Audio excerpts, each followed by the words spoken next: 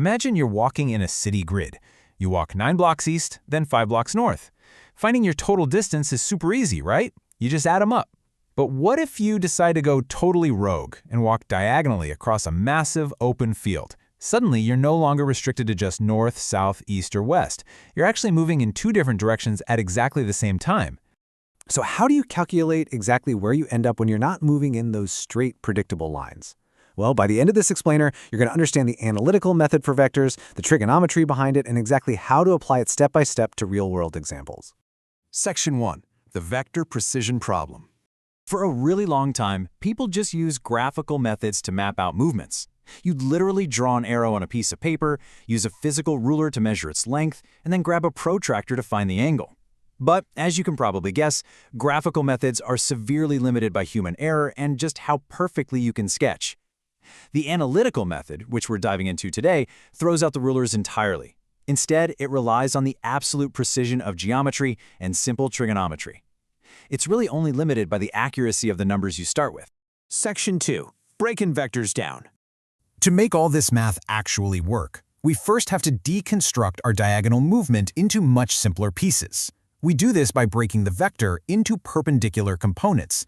Think of it kind of like drawing on an Etch-a-Sketch. You literally can't draw a perfect diagonal line with just one knob, right? You have to turn the horizontal knob and the vertical knob at the exact same time. We're essentially doing the reverse of that. We're taking that diagonal open field walk and pretending it's just a combination of independent horizontal and vertical city blocks. To turn those imaginary Etch-a-Sketch knobs, we use a couple of specific formulas. If we know our total diagonal distance, let's call that A, and our angle, theta, we can use basic trigonometric functions to find our exact grid coordinates. The x-axis, which is our horizontal distance, is found by multiplying the total distance by the cosine of the angle. And our y-axis, the vertical distance, is just the total distance multiplied by the sine of the angle. Wait, okay, this is absolutely crucial. A really common mistake students make here is trying to add the magnitudes of these components together like ordinary numbers to get the total distance. If you walk 3 meters east and 4 meters north, you have not displaced yourself 7 meters from the start. As you might remember from basic geometry, you are actually 5 meters away because you just created a right triangle. The equation applies to the vectors themselves, which contain both magnitude and direction, not just the raw numbers. Section 3. Calculating the resultant vector. Now you might be asking yourself, why do we actually need trigonometry to find our final destination?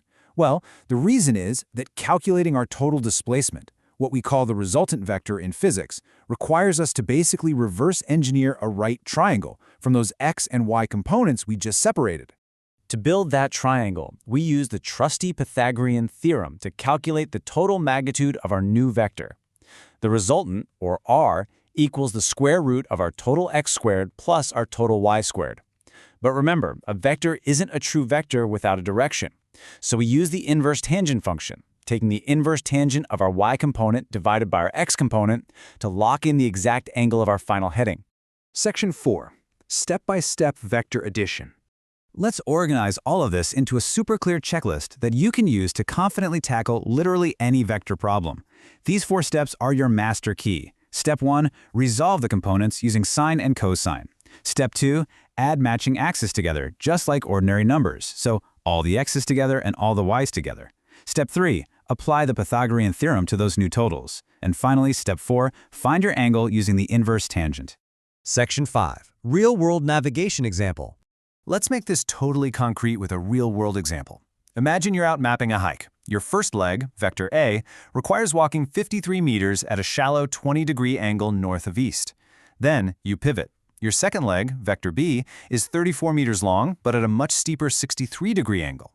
You absolutely need to know your exact distance and angle from the starting point so you can radio base camp and tell them exactly where you are. So following steps 1 and 2 from our checklist, we use sine and cosine to break both of those hiking legs down. For the x-axis, we add 53 times the cosine of 20 plus 34 times the cosine of 63. That reveals a total horizontal movement of 65.2 meters. We then do the exact same thing for the y-axis using sine, giving us a total vertical movement of 48.4 meters. Boom! We've successfully converted 2 really messy diagonal hikes into a simple, clean grid. Now let's connect this back to finding our actual location in the wild. We take those perpendicular components of our final destination and plug them straight into the Pythagorean theorem for step 3. Doing the math real quick, 65.2 squared plus 48.4 squared, and then taking the square root of that sum gives us our final resultant magnitude, exactly 81.2 meters.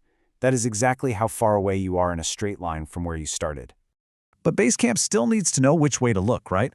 Completing step 4 with the inverse tangent function, we divide our y of 48.4 by our x of 65.2, and we find our exact compass direction is 36.6 degrees north of east. You've just mathematically pinpointed a location that would have been an absolute nightmare to try and measure out graphically with a ruler. Section 6. Summary and Final Thought. The absolute core takeaway you should have from this explainer is that resolving vectors into independent x and y axes guarantees precision. And I want to leave you with this really handy final trick. Subtracting vectors uses this exact same 4-step process. Subtraction is literally just the addition of a negative vector. If you ever need to subtract a vector, you simply make its components negative and run through the exact same math we just did. It's that easy. As you prepare for your next physics challenge, consider this real-world application. If an airplane is charting a course using these exact analytical methods, flying precisely 40 kilometers at 60 degrees, how exactly would a sudden, massive crosswind from the north change its final destination? By applying these same 4 steps to calculate the wind as an entirely new vector, you could predict exactly where that plane will end up. Try mapping that out on your own, and I'll see you in the next